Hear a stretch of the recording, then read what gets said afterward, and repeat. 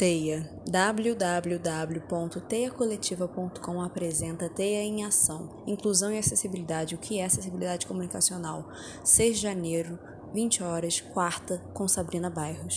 Para acompanhar em Libras o que está sendo apresentado aqui. Bom, meu nome é Júlia, não me apresentei ainda, meu nome é Júlia, eu sou uma das fundadoras da TEIA.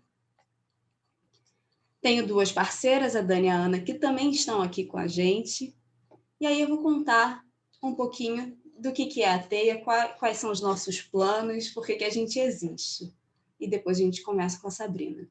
Então, a TEIA é uma rede feita de conexões entre artistas independentes, empreendedoras e empreendedores e pequenas empresas, ou seja, gente de todo tipo. A TEIA quer auxiliar na divulgação dos mais diversos projetos e na arrecadação para as suas existências, além de promover encontros transformadores, acreditando que as relações devem ser de colaboração e solidariedade e não de disputa. É a coletividade que tece uma verdadeira rede de apoio para todo mundo crescer junto, porque a gente realmente acredita que é junto que se cresce, que é no coletivo, que é colaborando, esse negócio de disputa não está com nada, e que formando uma grande rede de gente de todo tipo, a gente vai conseguir viabilizar todo tipo de existência. E para fazer parte da nossa teia, ser um dos nossos participantes, não precisa pagar nada, a gente não cobra taxa de nada, porque a gente já entende, inclusive, que todo mundo já investe demais nas próprias existências, porque a gente tem produtores, serviços e artísticos, né? Enfim, são pessoas que já estão sempre investindo nos próprios trabalhos, e a gente não quer ser mais uma fonte de tirar dinheiro de ninguém, ao contrário. E aí a gente tem 3 pilares fundamentais que sustentam a nossa existência: as artes, a comunicação e o empreendedorismo. Sobre as artes, é porque a expressão artística é alimento da alma. Diante das crises inéditas e mundiais, nessa pandemia, a arte foi remédio, foi amparo, foi ponto de equilíbrio para tantas angústias e incertezas. Não existe vida sem arte, sem expressões artísticas, sem a subjetividade, sem o oferecimento de si para o outro. E a gente tem uma parte totalmente voltada para o artístico mesmo, dentro da teia. Comunicação, porque comunicar-se é o que possibilita as relações, é a troca fundamental para o crescimento de qualquer trabalho, qualquer arte, qualquer pessoa. É pensar sobre acessibilidade e inclusão para deixar o mundo ao alcance de todas e todos. Para viver coletivamente, é preciso conectar-se através da comunicação. E o empreendedorismo, que é a criação de novos negócios e o incentivo à existência de pessoas que querem sempre inovar e encontrar saídas criativas para oferecer distintos serviços, são parte do que significa a própria teia. Somos e queremos conosco empreendedoras e empreendedores dos mais diversos ramos. A nossa missão é promover encontros e conexões entre pessoas através de suas trajetórias, seus empreendimentos e ou expressões artísticas, a fim de viabilizar sustentação para múltiplas existências e seus projetos. E os nossos valores: transparência e respeito às diferenças. Todo tipo de existência tem que ser garantido, ou seja, nenhuma forma de viver pode ferir qualquer outra forma de viver. E a coletividade rege a nossa existência, é junto que se cresce. Da mesma forma, a solidariedade. Em momentos de crise, compreender o outro e buscar a união é imprescindível. E fora da crise também. E para formar essa teia, para a gente realmente tecer os nossos encontros, a gente promove alguns eventos, algumas lives hoje, né, nas redes sociais. A gente se criou há 5 meses nesse contexto de pandemia, por causa da pandemia, por causa das nossas angústias, querendo transformar as nossas relações também. Então, a gente, por enquanto, está completamente rendido a essa vida virtual, porque ainda não é seguro, não tem vacina para todo mundo ainda. Então, a gente tem promovido lives nas redes sociais, principalmente no Instagram, por enquanto, de encontros com os nossos participantes, quem está lá no nosso site, teiacoletiva.com, oferecendo seus serviços, seus produtos e suas artes, para conhecê-los, que é o Tô na Teia, e tem também uma live que a gente chama de Gente Foda, para a gente conhecer pessoas de fora da teia, que são tão interessantes quanto os nossos participantes, mas que por uma série de questões não fazem parte da nossa teia, porque a gente tem alguns critérios e tudo mais. Mas a gente sabe que pode aprender muito com as histórias, conhecer... Oi. Oi. Alguma coisa? Não, posso falar. E a outra ação, que é uma recente, é o Teia em Ação, que é o que a gente está fazendo aqui hoje, promovendo palestras, conversas, cursos. A gente vai ter aulas regulares de pandeiro a partir de fevereiro, inclusive, com Jade Perrone. Rodas de conversas, oficinas, workshops, tudo começando a partir de agora, de janeiro, e sempre oferecidos de maneira gratuita, completamente de graça. Quem está oferecendo a palestra está cedendo o seu tempo também para a gente, com gentileza. A gente vai oferecer oficinas com os nossos próprios participantes também, mas com gente de fora da teia, sempre buscando alcançar todo mundo que a gente puder. A ideia é que seja uma coisa bem ampla mesmo, que encontre todo mundo, e por isso que a gente também precisa ter a acessibilidade e a maneira como a gente se comunica. Aqui somos coordenadores, a Ana Flávia, a Dani e eu. Nessa imagem eu vou descrever que tem três fotos, né? Tem a foto da Ana Flávia, da Dani e a minha própria foto, mas é a única imagem que aparece de verdade.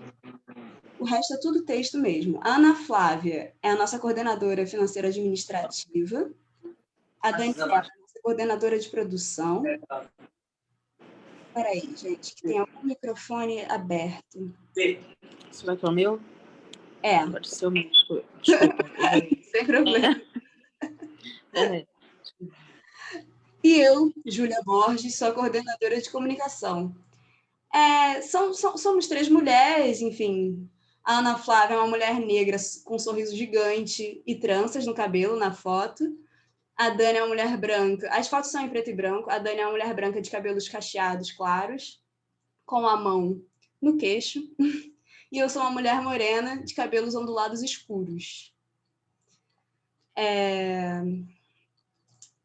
E aí, a Teia, além de não cobrar nada, está oferecendo essas oficinas e também virão outras ações. Enquanto a gente não tiver patrocínio, que a gente vai correr atrás de patrocínio e apoio, mas é tudo muito recente, a gente ainda quer criar uma rede um pouco maior. Hoje a gente tem quase 40, acho que 38 participantes dentro do nosso site, mas sempre chegando gente.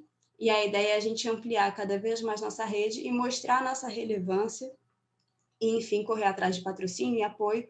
Mas, enquanto isso não acontece, a gente conta com aquela querida contribuição consciente. Hoje, a gente tem esse link disponível, que é o bit.ly, LY, né, /contribuição TEIA, que é especificamente para a realização dessa conversa com a Sabrina.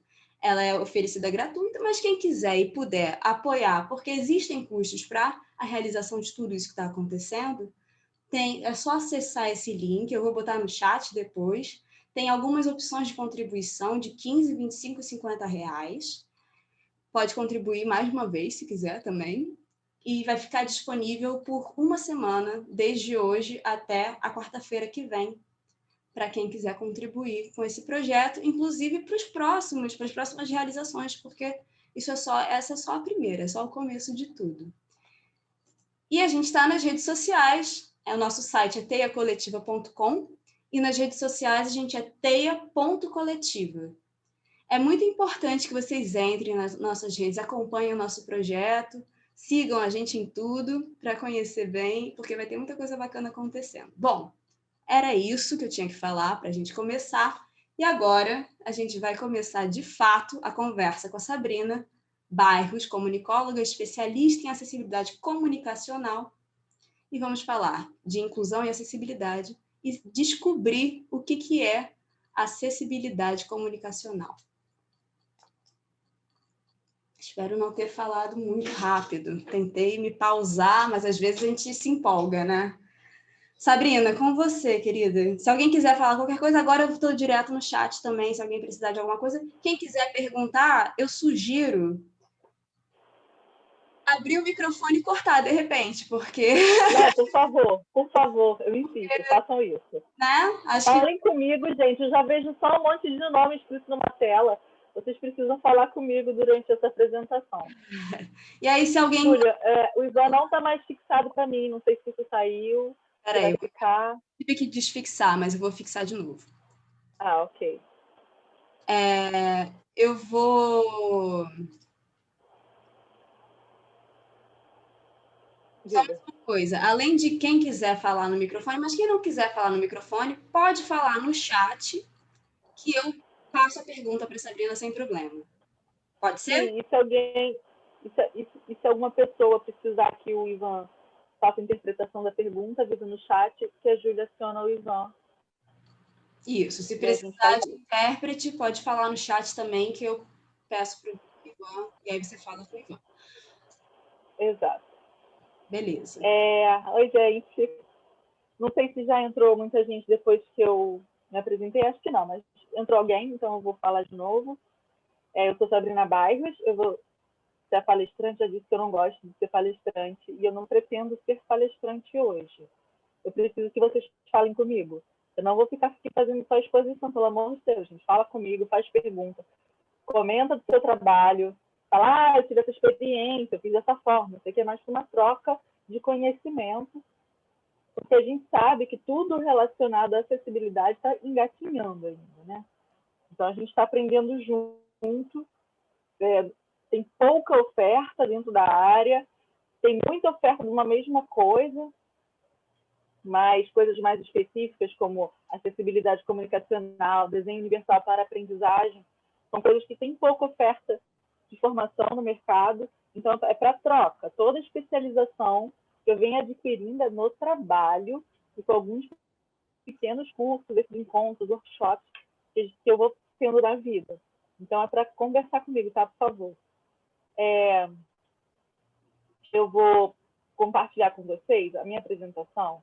Ela está na nuvem do Google, tá? Nas apresentações do Google. Eu vou compartilhar o link para quem quiser fazer o acompanhamento com o uso de leitor de tela.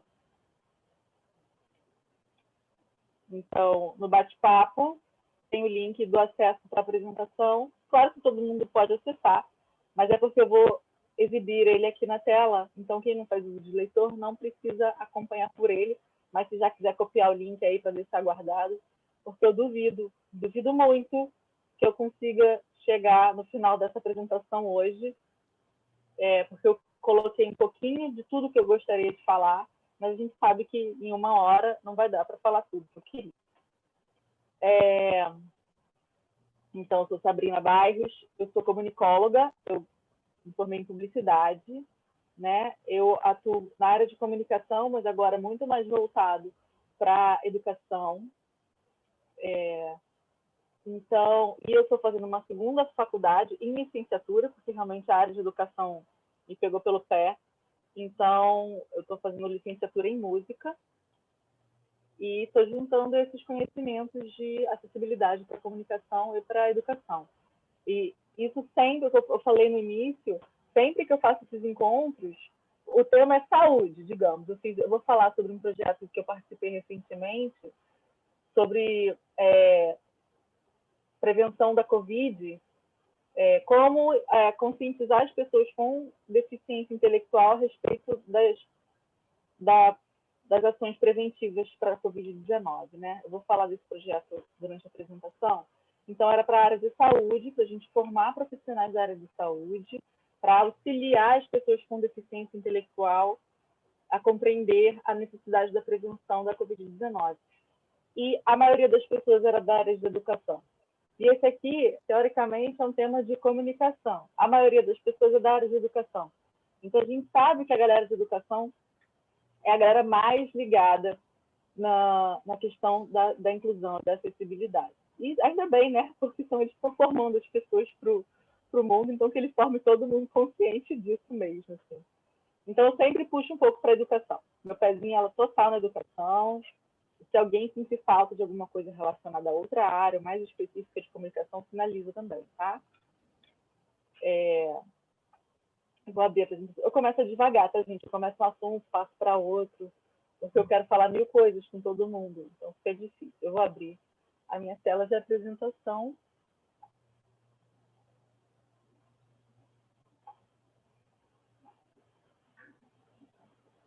Vocês estão vendo? Sim. Sim. É para falar comigo, já avisei isso. Por favor. Agora eu estou passando um monte de coisa que eu não queria. Bom, agora vai.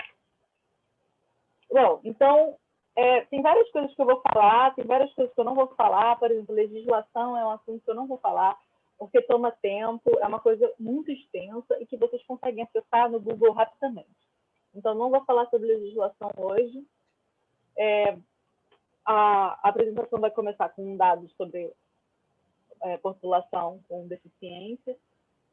Então, segundo os dados da Organização Mundial de Saúde, cerca de 10% da população possuem algum tipo de deficiência. No Brasil, cerca de mais de 45 milhões de pessoas têm algum tipo de deficiência, o equivalente a 23% da população geral, segundo dados divulgados pelo IBGE. E ainda segundo o IBGE, a deficiência mais recorrente no Brasil é a visual, com 18,6%, depois a motora com 7%, depois a auditiva, 5%, e a deficiência mental com 1%. Então, eu falo assim, nossa, da população mundial, 10% tem deficiência, no Brasil é 24% da população. Por que a gente tem um índice tão maior do que a média mundial, né? O que acontece? Trabalhando na área de inclusão, a gente percebe que tem uma relação muito forte, claro que isso não é exclusivo, mas tem uma relação muito forte da deficiência com a condição social da pessoa. Pessoas mais pobres estão sujeitas a muitas coisas que provocam deficiência, estão expostas ou têm poucos recursos e acabam sujeitas a condições humanas que podem causar deficiência. Por exemplo, eu trabalhei num projeto, eu ainda faço parte desse projeto, mas eu não tenho atuado nele diretamente, que é o movimento Zika, que é sobre a síndrome congênita do Zika vírus. A gente teve um surto de Zika há um tempo atrás em áreas pobres, porque são áreas que não têm saneamento básico, que não tem uma política pública de combate a isso, que tem dificuldade de divulgação da informação, né? Então, as áreas mais pobres são todas que sofreram mais com o surto da Zika. Então, o surto do Zika vírus ocasionou a síndrome congênita do Zika vírus, que causa uma série de deficiências, a que ficou mais popular, de ser falada, né?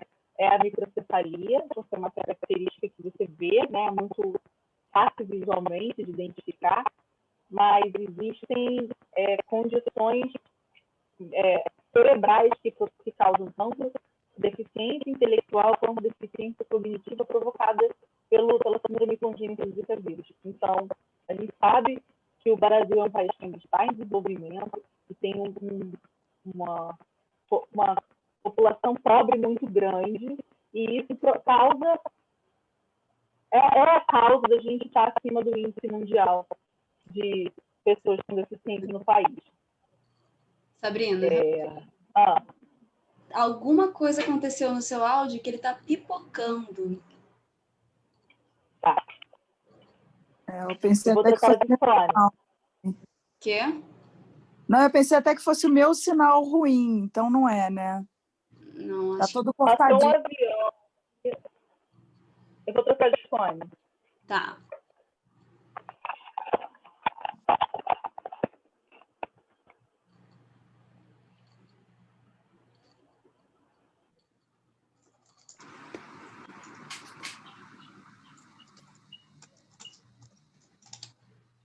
Vocês estão me ouvindo? Melhorou muito. perfeito. Pera.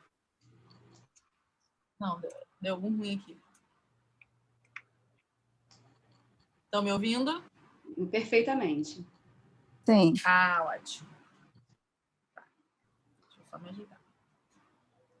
Bom, então, só para fazer essa introdução, porque eu acho importante falar dessa relação da condição social da pessoa, né? Porque a gente também tem que ter um olhar para isso, assim.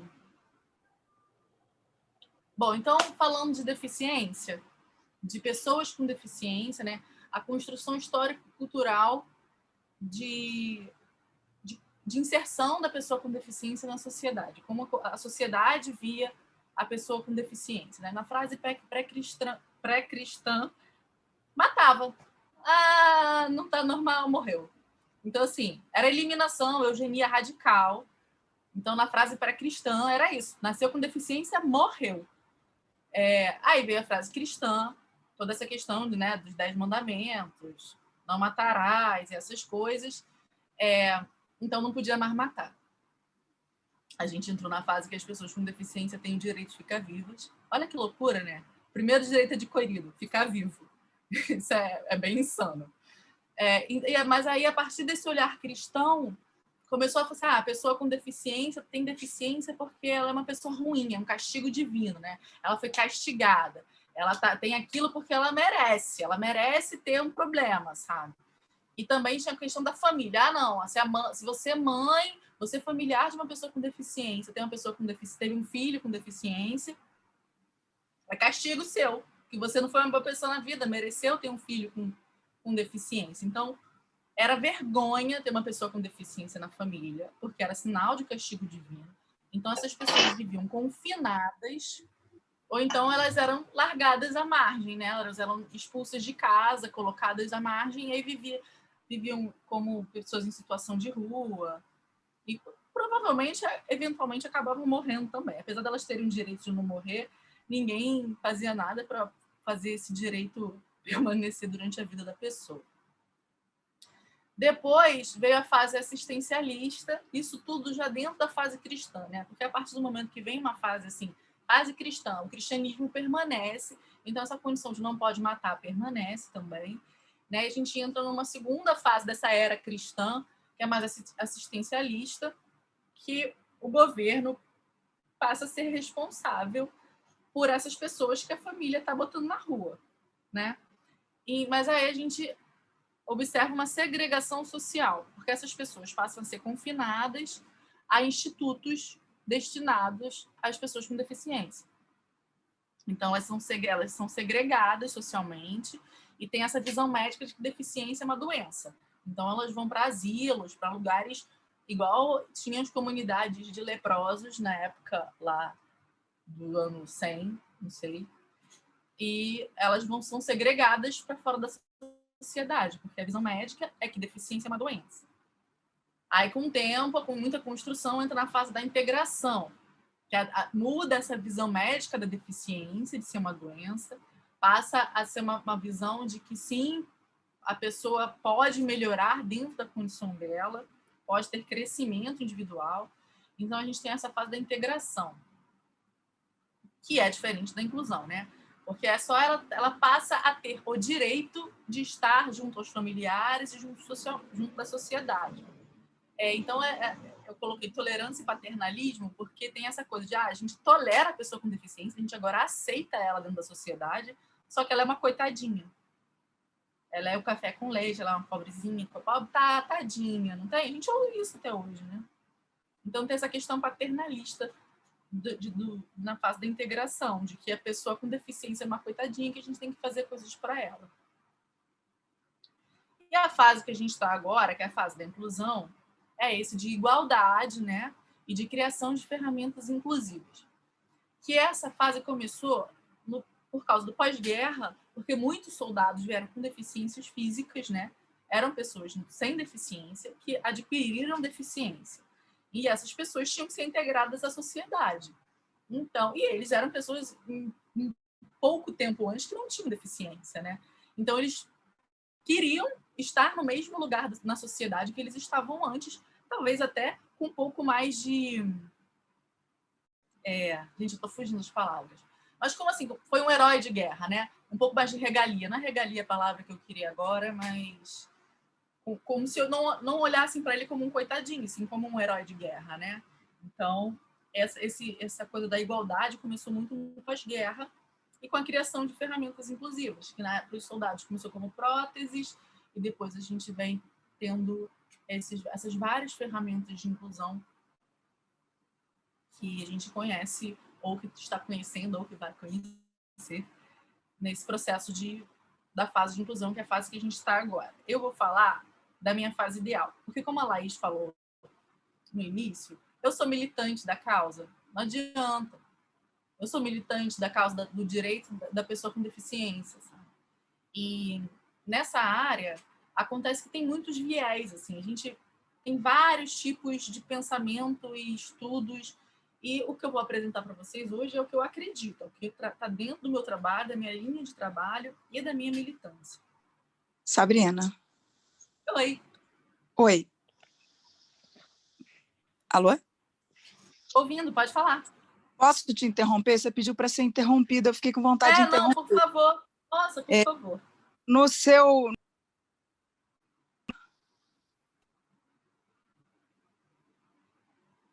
Desliga Ela me o telefone. Foi a Laís, não foi? Foi. Acho que o microfone está mutado agora. Vocês estão me ouvindo? Eu estou tentando falar com vocês. Não, assim, eu queria só chamar a atenção para uma coisa, porque a gente fica vendo, no seu slide anterior, você estava vendo todas essas fases, né, assim, da integração, da inclusão, ali, aquela primeira fase da eliminação, que você até falou de uma eugenia, né? A gente, assim, o que é muito importante, eu acho, e você falou isso também, mas eu também queria falar, ressaltar, porque, assim, olha só, na medida que avança a medicina, hoje você tem vários métodos diagnósticos que você consegue, no começo da gestação, por exemplo, diagnosticar se uma criança tem síndrome de Down ou não, por exemplo, a trissomia do 21, né? E outras diversidades funcionais, enfim.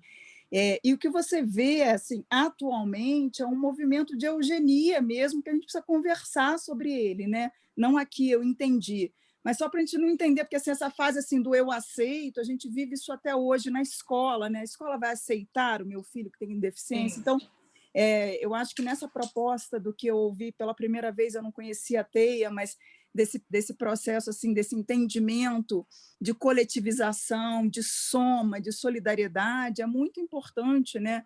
A gente conversar sobre esse planeta que tem que caber todo mundo, mas que tem um monte de gente sendo expulso por vários motivos, né? E qual é o papel? Eu sou mãe de uma criança com deficiência, foi assim que eu entrei nessa agenda, foi assim que eu conheci, me sensibilizei por essa agenda.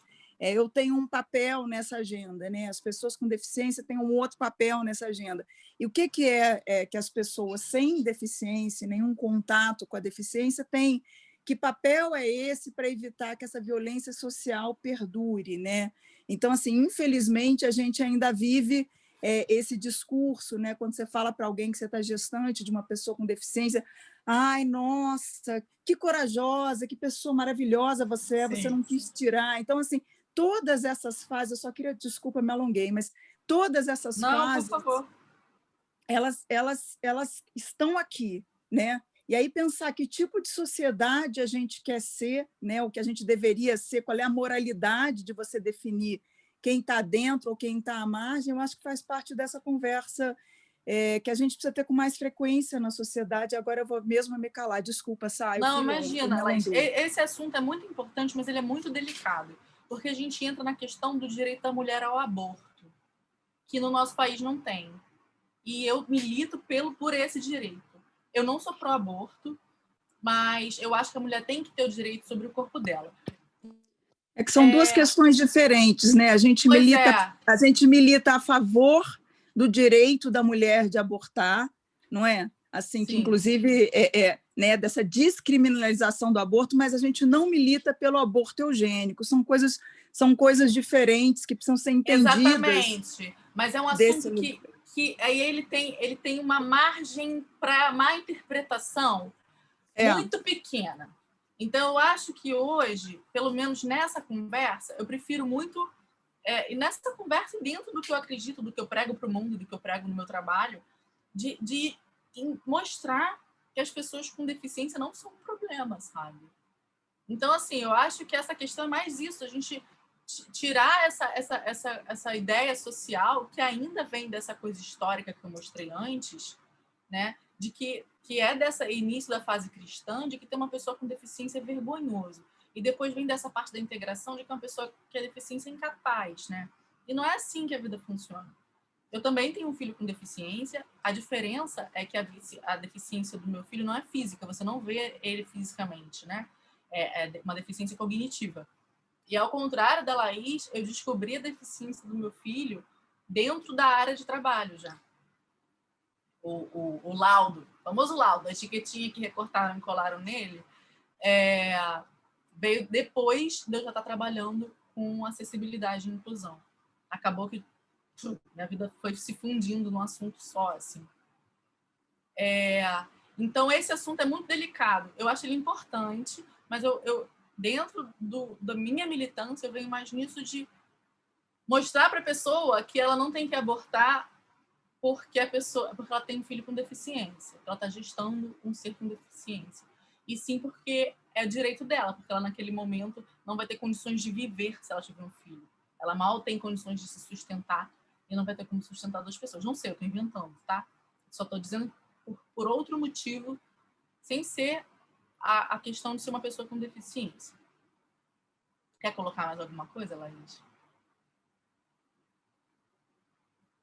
Alguém quer falar sobre esse assunto? Assunto polêmico, só adoro. queria comentar, nada demais, não estou querendo encaminhar para lado nenhum, não. Eu só queria comentar, porque eu acho que são coisas para a gente problematizar. Assim, eu botei um assunto super polêmico, que eu não sei se a gente vai chegar lá, mas eu adoraria chegar nele hoje. Vamos seguir, então. E aí, eu botei os conceitos da evolução da terminologia também, que a gente hoje usa pessoa com deficiência. No início, a gente usava defeituosos, que significava basicamente indivíduos com deformidade, principalmente física, que é isso, a deficiência que você vê, né? Depois veio deficientes, né? Que seria indivíduos com deficiência, independente de qual for, mas você coloca a pessoa como deficiência, né? Ela deixa de ser uma pessoa, ela passa a ser uma deficiência. Excepcionais, que significava indivíduos com deficiência intelectual, pessoas deficientes, que continua tendo o deficiente como adjetivo, aquela pessoa é uma pessoa deficiente, ela não é uma pessoa apenas, né? Depois, pessoas portadoras de deficiência. Eu adoro esse, porque uma vez eu vi uma pessoa cega falar assim, eu não gosto, mas eu acho engraçado, que parece que a minha deficiência é uma pastinha que eu boto embaixo do braço e saio portando, e a hora que eu não quero mais ela, eu deixo ela ali no canto, e não é isso, né? Pessoas portadoras de deficiência. Então, a pessoa não porta uma deficiência, a pessoa tem uma deficiência, né? Necessidade especial, isso é extremamente problemático. A gente usa, inclusive, na legislação ainda, né? Essa coisa de ter que esconder que a pessoa é deficiente. Ela é especial, porque ela não pode ser deficiente, sabe? A gente não tem que esconder, botar um desenho mais bonitinho porque a gente acha que a deficiência é feio. Não, a deficiência é uma condição da pessoa. Ele não é feio, ele não tem que ser escondido com ser especial. Não tem que ser vergonhoso ter uma deficiência, né? E o especial também para amenizar o deficiente, né? Então, a gente usa pessoa com deficiência.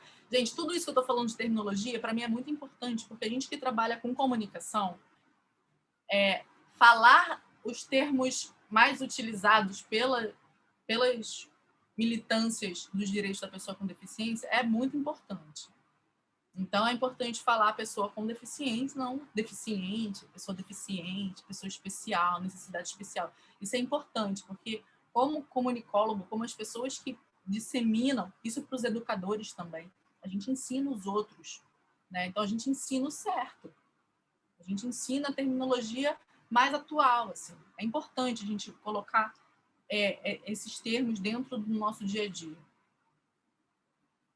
Então, a gente está usando pessoas com deficiência, e aqui tem o que é isso, não esconder ou camuflar a deficiência, não assentar o consolo da falsa ideia de que todos têm deficiência, todos somos especiais, não rola, sabe? A gente tem que entender que tem algumas pessoas, sim, que precisam de recursos diferentes do que você precisa para atender uma demanda específica, né? Mostra dignidade e realidade da deficiência, que é isso que eu falei. Deficiência não é feio, não é ruim ser deficiente, é só uma condição diferente, específica daquela pessoa. Falar, assumir a deficiência como uma coisa normal do convívio, não tentar esconder e dar dignidade para isso, né? Valorizar as diferenças e necessidades, que eu falei, compreender que as pessoas são diferentes, né?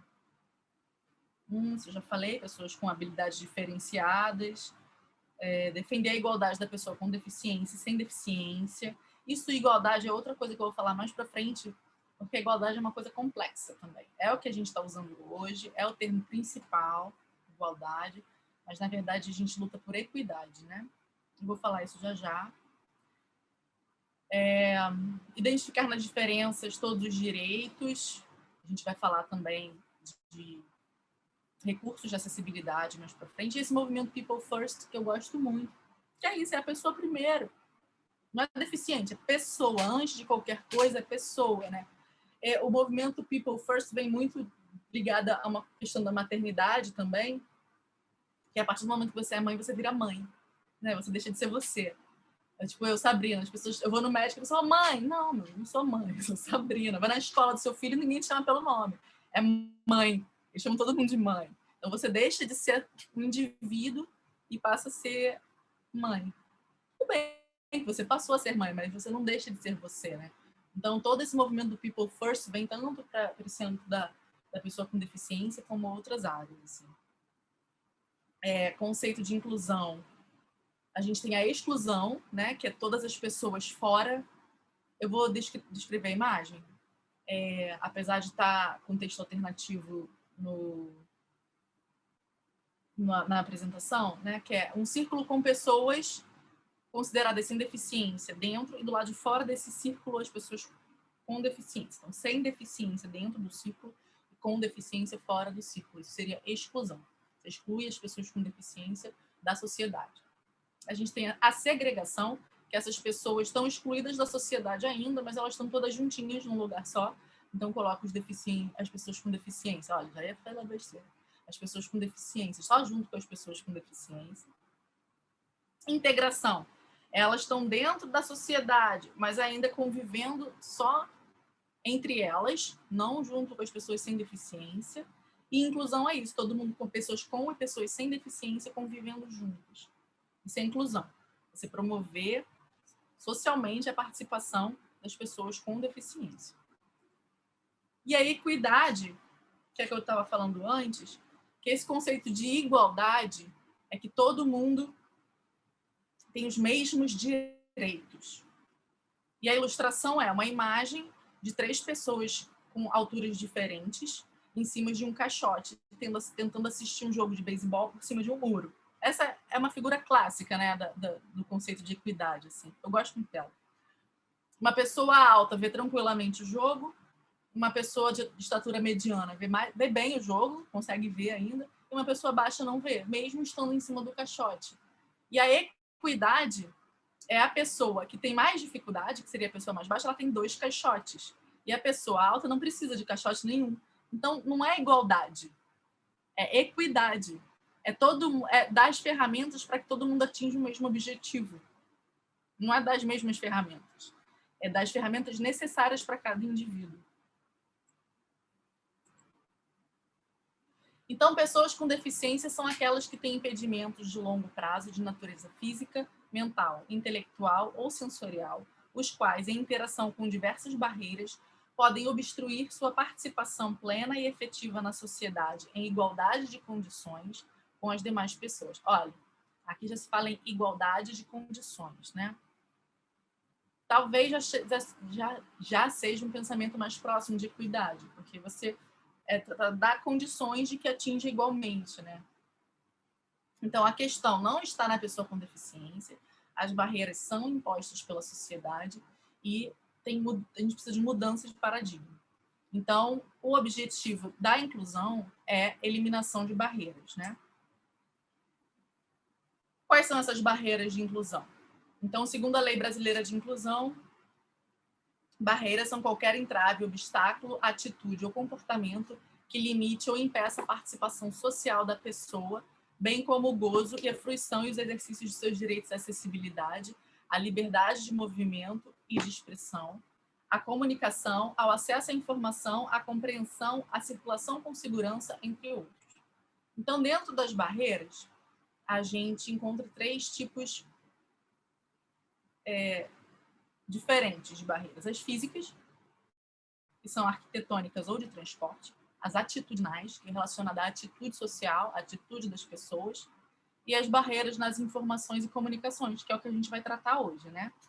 Todos os obstáculos que dificultem ou impossibilitem a expressão ou o recebimento de mensagens e de informação por intermédio de sistemas de comunicação e de tecnologia da informação.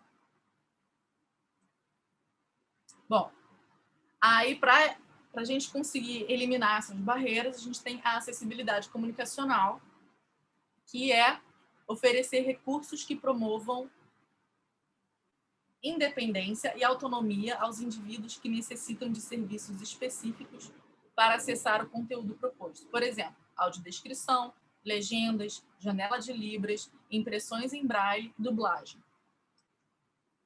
E várias outras, tá, gente? Aqui, eu coloquei um exemplo de um vídeo com recursos de acessibilidade. Esse vídeo foi eu que fiz para o projeto que eu estava falando anteriormente de acessibilidade de informação para pessoa com deficiência intelectual a respeito da prevenção do coronavírus.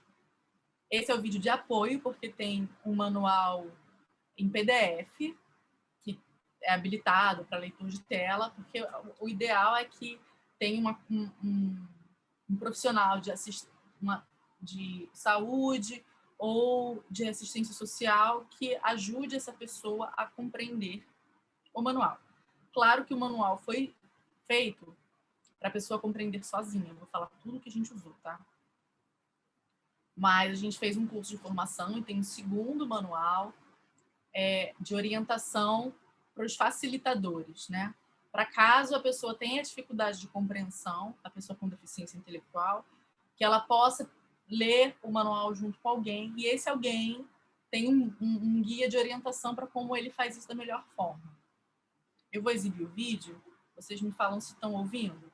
O vídeo de apoio, o que acontece? Ele tem audiodescrição e janela de libras.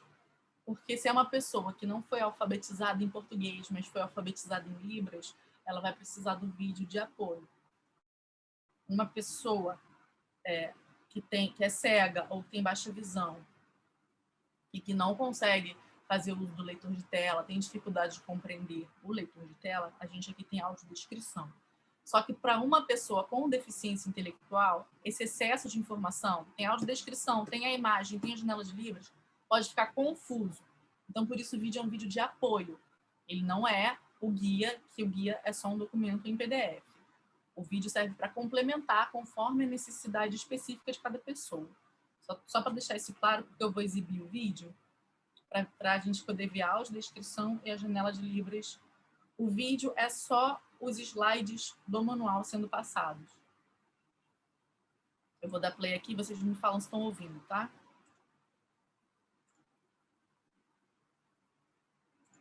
Estão ouvindo? Não. Não, quando você compartilha a tela, você tem que compartilhar áudio junto. Como a gente faz isso? Agora, eu acho que vê nas opções que você tem aí em cima, se tem alguma coisa de áudio. Senão você vai ter Não tem problema. Eu vou tirar meu fone, que eu boto para captar o som todo. Não vai funcionar.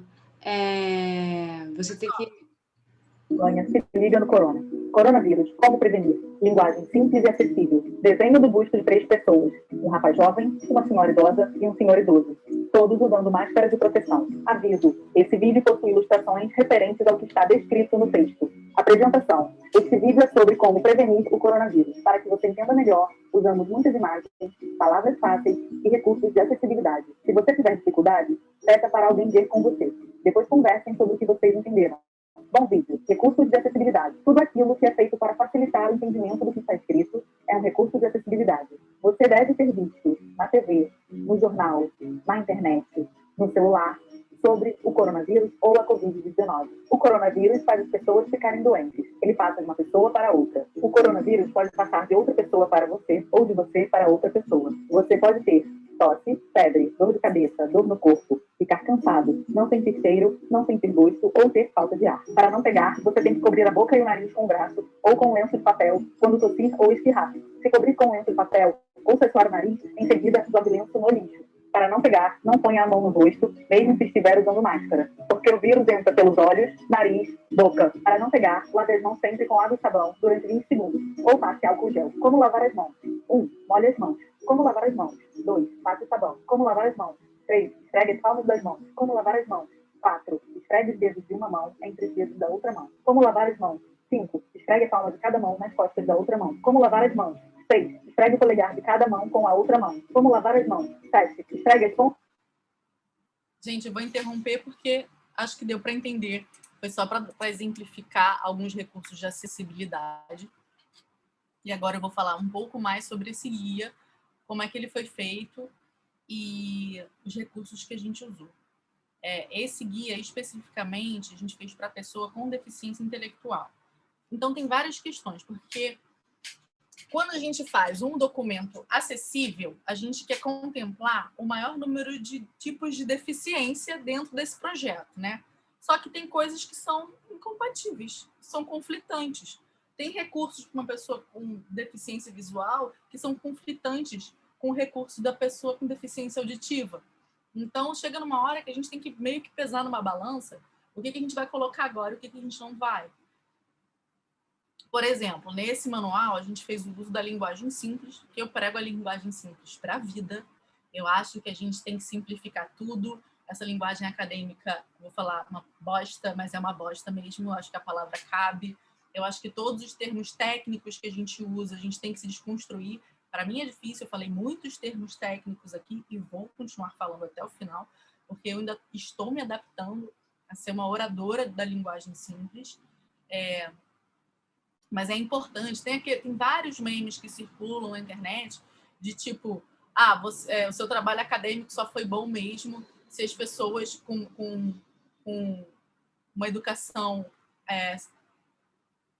abaixo da sua, né? Uma pessoa que só tem ensino médio conseguiu entender sua tese de doutorado.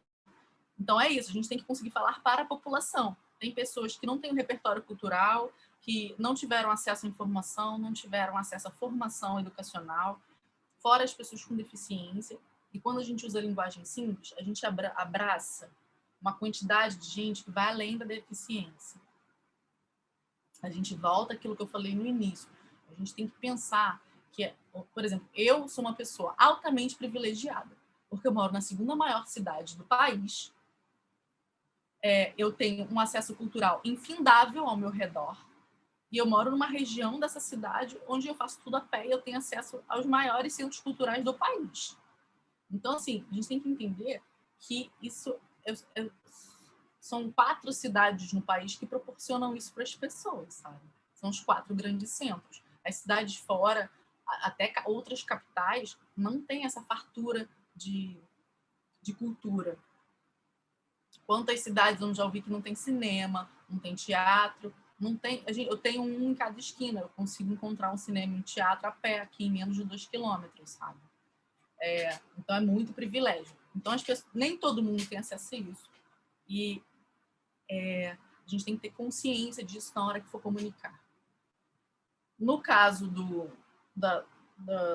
guia de prevenção ao coronavírus, como foi para a pessoa com deficiência intelectual, a gente usou tudo em caixa alta, letra maiúscula, né? Porque dentro dos princípios do desenho universal da aprendizagem, é recomendado que tenha, sim, a diferenciação de letra maiúscula e minúscula, porque isso difere para outros tipos de deficiência. Especificamente para a deficiência intelectual, é mais fácil você ter tudo em caixa alta.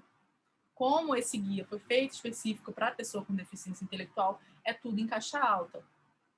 Mas a gente acho que a gente não vai conseguir chegar em desenho universal da aprendizagem hoje, ele está mais para o final, Mas dentro dos princípios do desenho universal da aprendizagem, para a aprendizagem, a gente recomenda a variação, sim, de letra maiúscula e letra minúscula na construção textual. Então, esse é uma coisa específica desse guia.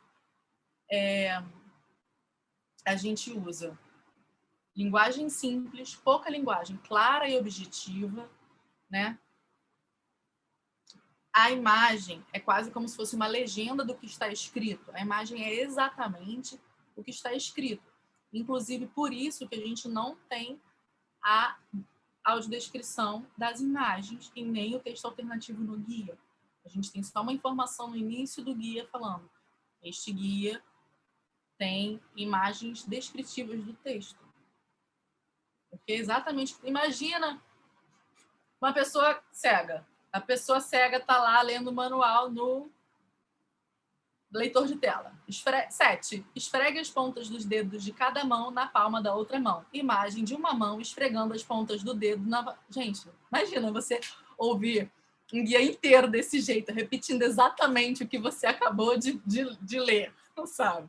Então, e outra coisa, isso tudo que eu estou falando não são coisas da minha cabeça, tá? Nós tivemos validadores, pessoas com deficiência, uma pessoa cega que ouviu o guia, uma pessoa surda que ouviu o guia, pessoas com deficiência intelectual, que como eram o alvo do material, a gente ouviu mais de uma, que falaram, não, está bom, está ruim, eu acho que isso tem que melhorar, assim. Então, a gente tem um grupo de validadores dos materiais que a gente faz.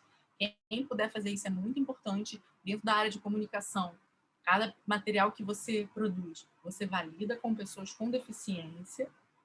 O ideal é você ter um grupo misto, se você for fazer um material geral, né, de acessibilidade para a inclusão de múltiplas deficiências. E se for com foco em uma deficiência específica, você tem um grupo específico daquela deficiência para você poder validar o seu material. Isso é muito importante. Uma outra coisa no vídeo que eu não sei se vocês repararam é a enorme janela de libras. Normalmente, a janela de libras é uma coisa pequenininha no canto. Você consegue enxergar a janela de libras pequenininha do canto ali? Porque a pessoa surda ela não tem uma visão melhor porque ela é surda, sabe? E, segundo a BNT, a regra é que a janela de libras ocupe 1/4 da tela. A gente não vê isso sendo praticado. Então, o ideal é que a janela de libras ocupe 1/4 da tela.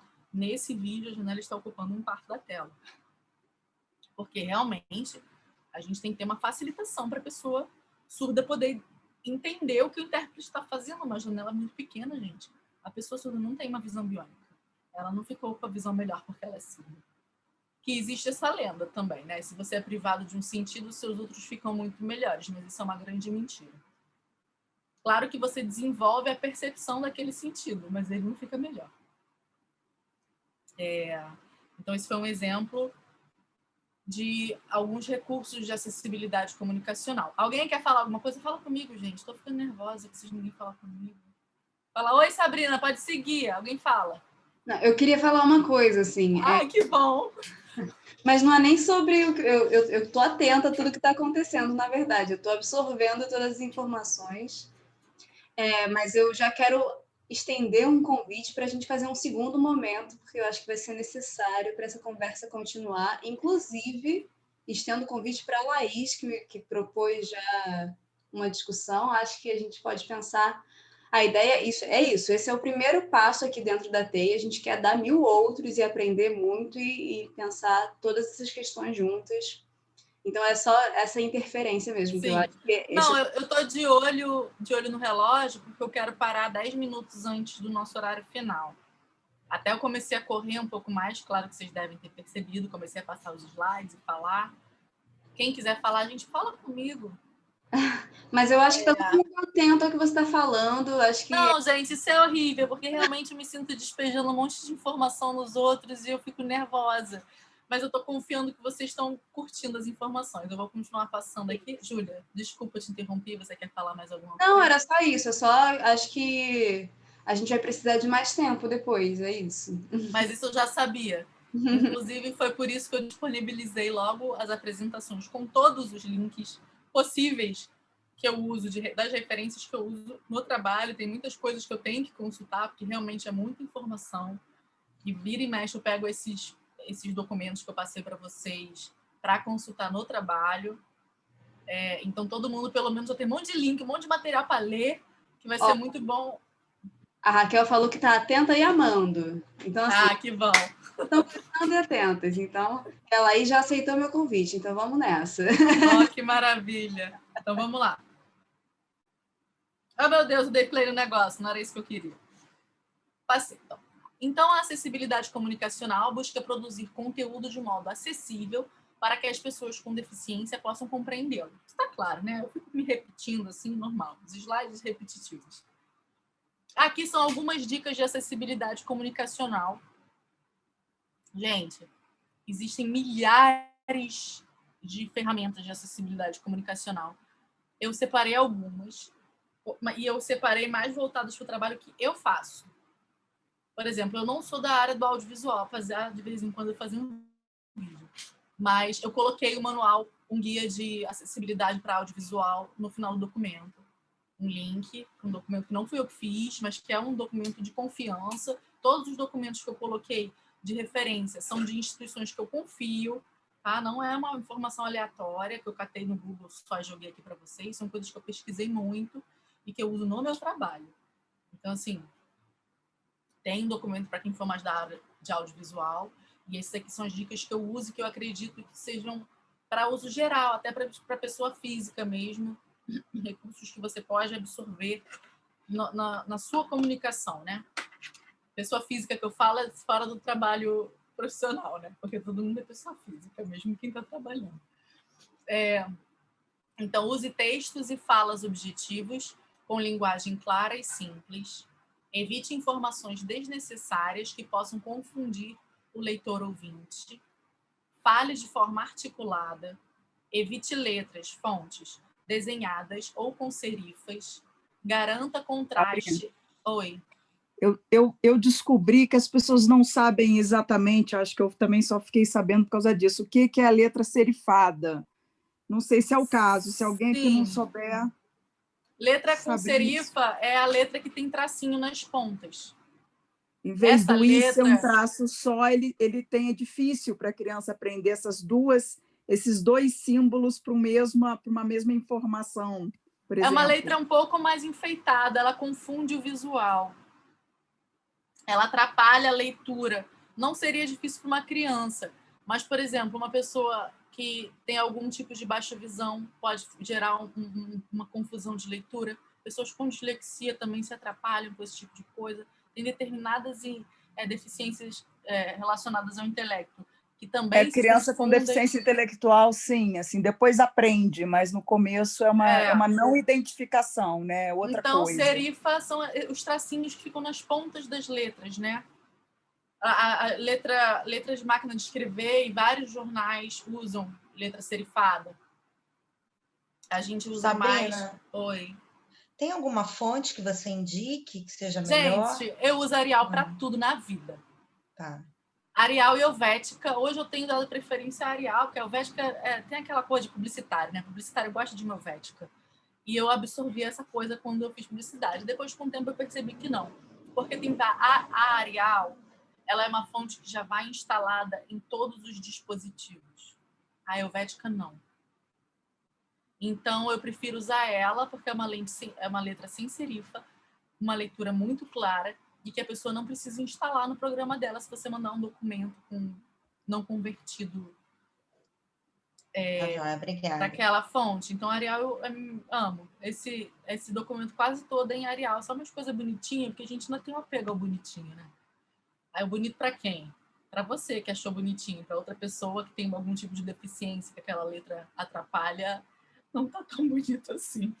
Eu aprendi isso bonito para quem quando eu fiz curso de Braille do Benjamin Constant. Posso fazer um comentário? Por favor. Quando a Teia é muito recente, né? A gente criou agora nesse contexto de pandemia. Mas quando eu fui criar a marca dela, eu já tinha algumas informações por causa desse trabalho, porque eu fiz as ilustrações, né? Enfim, a Sabrina virou uma grande orientadora minha nesse assunto. E aí, por causa disso, quando eu fui escolher as cores da TEI e também as fontes que eu uso para fazer as artes, a minha primeira preocupação foi em ter contraste, sempre usar a ideia do contraste que você falou, pensando... E fontes também pouco com detalhezinhos, né? Com desenhos. E eu aprendi isso por causa de você. Ah, maravilhosa. Gente, eu e a Júlia e a Dani também. A Ana Flávia, eu já falei para ela que ela não tem muita opção, ela tem que ser minha amiga. Porque a Júlia e a Dani, que são duas das fundadoras da TEIA, são minhas amigas há muito tempo. E eu e a Júlia, nesse ano pandêmico, começamos a trabalhar muito juntos. Foi uma coisa meio nova pra gente, assim. Então, a gente está super casando também nossas habilidades nessa questão de acessibilidade. E aí foi muito importante, porque aí já facilitou a pensar a nossa primeira comunicação, pelo menos. Ainda temos muito que aprender, mas já foi... É isso, são os passos que a gente tem que dar, né? Senão não acontece nada. Sim. Então, é isso. Uma coisa que a gente sempre tem que pensar também é facilitar a vida das pessoas. Por exemplo, quando eu fiz esse manual da Covid, ele é digital. A ferramenta digital tem várias vantagens. Você viu que a audiodescrição é muito rápida, porque a pessoa tem a possibilidade de diminuir a velocidade do vídeo. Você não precisa se importar tanto com o tamanho da fonte, da letra, porque a pessoa pode dar zoom. Então, essas são ferramentas que o digital tem para a gente e facilitam muito na questão da acessibilidade. Mas quando eu estava fazendo o manual da Covid, da prevenção, eu pensei que a maioria das pessoas no país acessam a internet por celular. Isso é um dado oficial. E eu queria que ela conseguisse ler o slide sem precisar dar zoom, porque a pessoa pode não saber dar zoom. Então, era uma coisa importante, era a pessoa conseguir olhar, você só tem um slide que é um pouco mais difícil. E aí a pessoa teria que dar zoom, que é o passo a passo de lavar as mãos, que eu fiz num slide só. Mas os outros todos ela consegue ler num celular sem dar zoom. Então, são coisas que a gente tem que pensar dentro de outros conceitos, além do que a gente já usa na comunicação, quando a gente está pensando da acessibilidade. Isso que a Raquel, se eu não me engano, perguntou sobre a fonte, não foi? Eu falei Arial porque ela já está instalada em todos os dispositivos. Você pegou um computador hoje, seja Mac ou seja PC, ele tem Arial instalado nele. A pessoa não vai ter, porque a pessoa, tanto por uma questão de ter uma deficiência ou de falta de conhecimento, ela pode não saber baixar uma fonte e não conseguir acessar aquele seu arquivo por causa disso. Então, é bom a gente pensar... o nosso pensamento começa a ser louco. Eu me percebo muito maluca, porque a gente começa a pensar em milhares de coisas, milhares de barreiras e milhares de facilitações, né? Então, as dicas de acessibilidade, que agora eu só tenho 4 minutos. Garanta o contraste entre a letra e o fundo. Use imagens nítidas e sem muitos elementos. Descreva as imagens para cegos ou pessoas com dificuldade de interpretação da mesma, com informações claras e objetivas. Por exemplo, eu estou vendo a Júlia no meu cantinho ali. A Júlia tem um monte de coisa atrás dela. Tem uma caixa escrito TEIA, tem várias bolinhas de várias cores. Gente, essa informação é necessária nesse momento? Ou você só precisa descrever que a Júlia está centralizada e você está vendo ela em close? Então, a gente tem que filtrar. A gente não necessariamente... Isso vale também para a descrição de imagem de redes sociais, tá? A gente não precisa explicar o tom do azul do céu. Porque isso não é relevante para uma pessoa que nunca viu azul. Sabe? Isso não é da minha cabeça. Eu volto a repetir. Nada disso que eu estou falando, eu inventei. Isso é com muita pesquisa e muito trabalho, conversando com pessoas com deficiência, conversando com pessoas cegas, conversando com as pessoas, que eu fui pegando todas essas informações. Então, a gente tem que ter um filtro, porque ou fica chato, ou fica confuso. Então, a gente não precisa descrever o número de bolinhas que tem ali atrás da Júlia. Então, a gente pode, sim, falar de uma forma mais ampla, mas sem ser muito genérico, sabe? Não sei se tá dando para entender o que eu tô falando. Porque eu já tô explicando demais, tá vendo?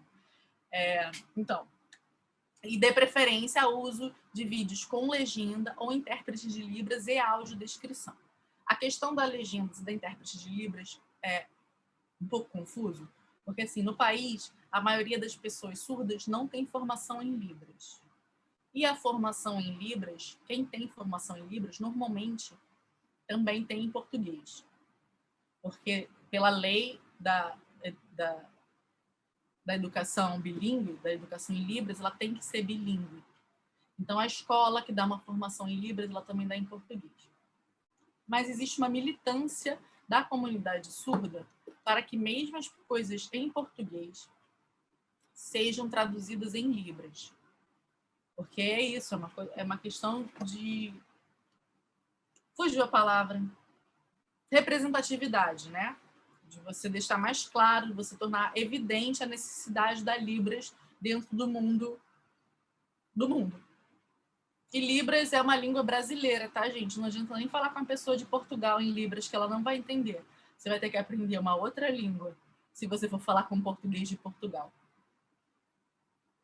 Diferente do Braille, que é um código mundial. É um código que substitui os caracteres das palavras, e aí você pode usar dentro de qualquer língua que use esse alfabeto que a gente usa, porque o russo também não usa Braille. Não nessa configuração que a gente tem. Ah, eu tenho uma atividadezinha aqui. Bom, vou encerrar com a atividade. Olha só que coisa boa. Nem entrei no assunto polêmico. Eu vou dar um pulinho no assunto polêmico depois da atividade, rapidamente. A atividade é... Quê? Não, nada. Termina, depois eu falo. A atividade tem esse anúncio que é comunicado. Informamos que, em virtude do decreto número 4.519, de 14 de março de 2020, publicado pelo Governo do Distrito Federal, GDF, que dispõe sobre medidas de combate ao coronavírus, o planetário estará fechado entre os dias 17/3 a 31/3. Eu gostaria que vocês transformassem esse comunicado para uma linguagem simples. Pode botar no chat. Eu vou dar 1 minuto só, porque eu já cheguei no meu limite de tempo. O Sérgio não vale, porque o Sérgio já fez essa atividade em outra palestra que eu dei. Ah, eu também sei já. Então Você também já sabe.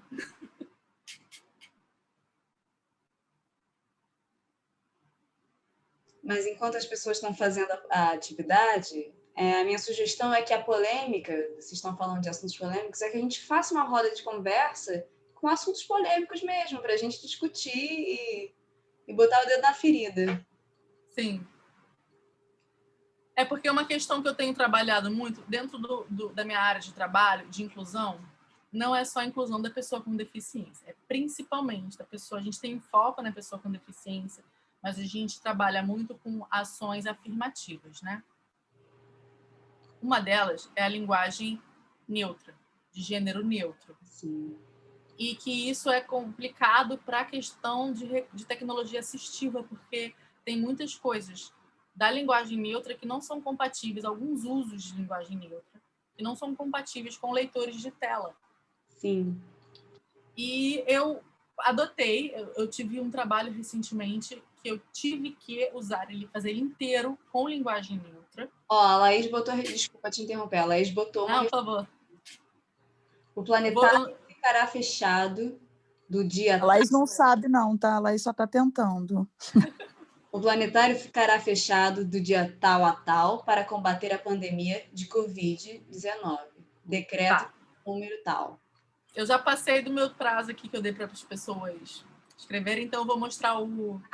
Posso ler da... Peraí, a Raquel botou aqui. Por favor. Eu vou colocar a data do fechamento em evidência e não no final do texto, não é mesmo? Vamos lá. Olha só o suspense, para ir para o gabarito. Olha o gabarito. O gabarito. Planetário fechado de 17/3 a 31/3 por causa da pandemia. Não. Então, assim, é um monte de informação desnecessária, um monte de desenho no fundo que pode confundir as pessoas com esse monte de informação desnecessária. Então, aqui é um fundo liso, com texto curto, claro e objetivo. Todo mundo sempre melhora. Sempre melhora na hora que eu faço exercício. As pessoas sempre dão várias dicas, mas elas ainda são mais extensas do que essa. Né? Então, assim, a gente realmente tem uma dificuldade de pensar reduzido e a gente fica com medo de deixar as pessoas carentes de informação. Né? O comunicólogo tem esse medo. Assim. E a gente não pode ter medo, a gente tem que ter medo de não passar a informação necessária. Esse é o medo que a gente tem que ter. E às vezes, se a gente passar informação demais, a importante fica de fora. Então, claro e objetivo, isso é muito importante. Eu falo, como publicitária, eu não aprendi a escrever um livro, eu aprendi a escrever um slogan. Então, é isso que eu tenho que usar. Eu vou dar... e tudo eu tenho link dos documentos que eu uso no trabalho, que eu uso de referência, tá? Então, a gente fala o que é comunicação inclusiva.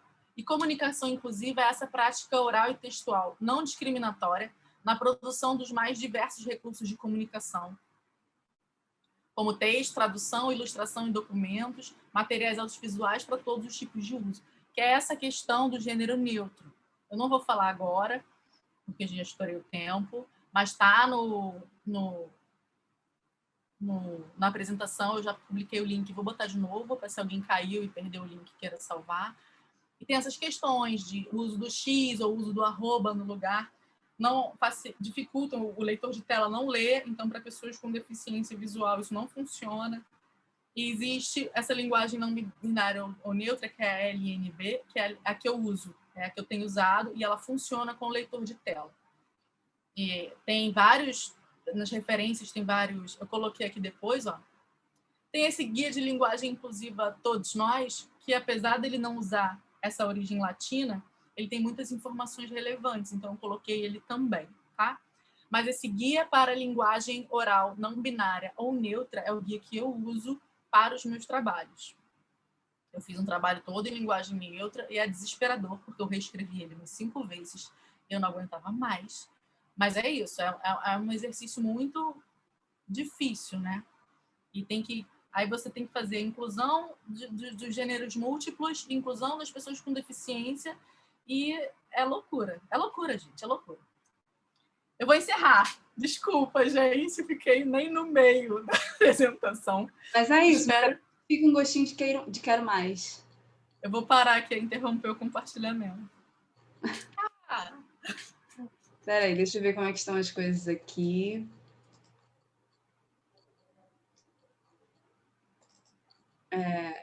Deixa eu... eu vou colocar o link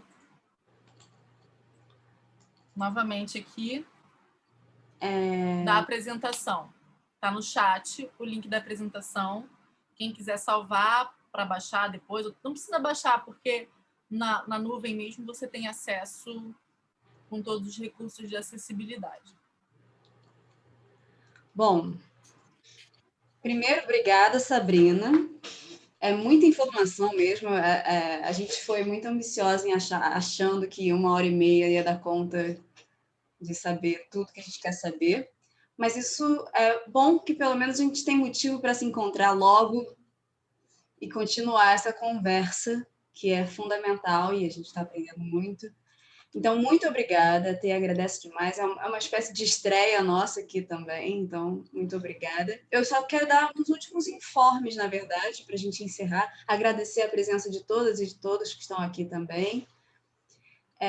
Estou muito feliz com esse primeiro evento de verdade, assim, do Nossa TI em Ação.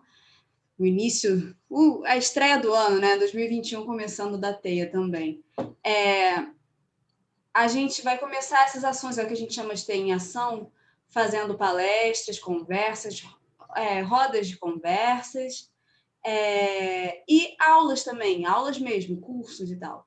Uma que já vai começar em fevereiro é uma aula de pandeiro, gratuita, tudo aqui é gratuito, né? A única coisa é que precisa de um pandeiro, então tem esse trâmite, que também já organizamos uns descontos aqui com algumas lojas, já fizemos uns contatos para garantir pandeiros a preços melhores para todo mundo. As aulas de pandeiros com Jade Perrone vão começar em fevereiro, na primeira semana de fevereiro. Enquanto isso, a gente vai atrás de pandeiro. Já estamos organizando curso de ilustração. Temos também encaminhada um workshop, assim, uma oficina de marketing digital. Enfim, muitas coisas para acontecerem. E, com certeza, mais conversa sobre acessibilidade comunicacional e outros assuntos dentro desse universo de acessibilidade e inclusão, que é o que mais interessa para a gente, né? Que todo mundo possa participar com... qual é a palavra melhor, Sabrina? Equidade, né? Com condições iguais, né? Enfim. Então, muito obrigada a todo mundo. Vocês vão receber agora, no final desse evento, um certificado de participação por e-mail e também fica disponível lá na plataforma da Simpla. E eu vou mandar um e-mail rapidinho com um formulário para saber o que vocês acharam, assim, de satisfação, só para saber como é que está tudo. Eu vi que a Isabela levantou a mão. Você quer falar, Isabela? É só ligar o microfone e falar. Você quer falar? Oi, querida. Oi. Olha, achei magnífica as aulas, que cada uma deu uma aula, muita informação bacana. Eu sou formada em comunicação social também, fiz publicidade também, sou artista, trabalho com vitrais, fiz cursos no Benjamin Constant e tive experiências maravilhosas com acessibilidade.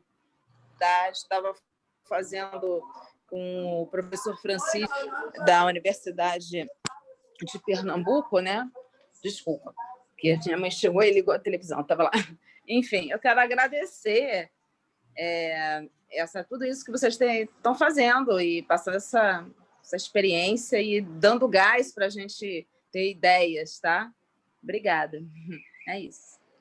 Ai, que bom. Eu que agradeço. E eu faço mais uma vez convite para todo mundo conhecer a Teia. É muito importante que a gente consiga reunir mais pessoas nas nossas redes sociais, que possam acompanhar esses nossos projetos que estão só começando. No Instagram, a gente está como teia.coletiva, no Facebook também. Daqui a pouco o nosso canal no YouTube vai ganhar vida de verdade. Esse encontro e os próximos vão para o canal no YouTube legendados, com janela de Libras também, que a Ana Flávia Lousada vai fazer para a gente. Uma parte, tudo aqui é parceria. E aí... lembrando também que tem aquele lugarzinho de contribuição consciente. É só acessar simpla.com.br/teia em ação, que também tem todos os nossos cursos que vão ser realizados por essa plataforma, que é o streaming da Simpla, que é o que a gente escolheu usar. Enfim, gente, então eu vou agradecer as minhas parceiras Daniana, que estão aqui comigo também. Agradecer muito ao Ivan, que me salvou hoje como intérprete de Libras, e ao Léo, na nossa transcrição, sofrendo com a nossa velocidade, mas também salvou a gente aqui. Muito obrigada a todo mundo. E a gente se encontra nos próximos eventos da Teia, combinado? Eu quero falar de novo. Isso, eu ia passar a palavra para você. Desculpa, que eu fiquei com medo de você desligar. Isso já aconteceu em outra apresentação. Não foi a Júlia que me desligou, mas já aconteceu. De eu querer falar e encerraram a apresentação. É que eu não agradeci, agradecer todo mundo que está aqui. No final dos slides da minha apresentação tem meu e-mail e meu LinkedIn. Se alguém quiser alguma dica, alguma informação ou pedir algum outro conteúdo que não está na apresentação, entre em contato. Eu super acho que o conhecimento tem que ser livre para todo mundo. Então, eu quero disseminar todo o conhecimento que eu tiver. Disseminar tá certo? E é isso. Então, tá lá, tem meu e-mail, meu LinkedIn, para quem quiser entrar em contato. Às vezes eu demoro para responder, porque eu tenho, 5 e-mails e 300 coisas. Mas eu respondo.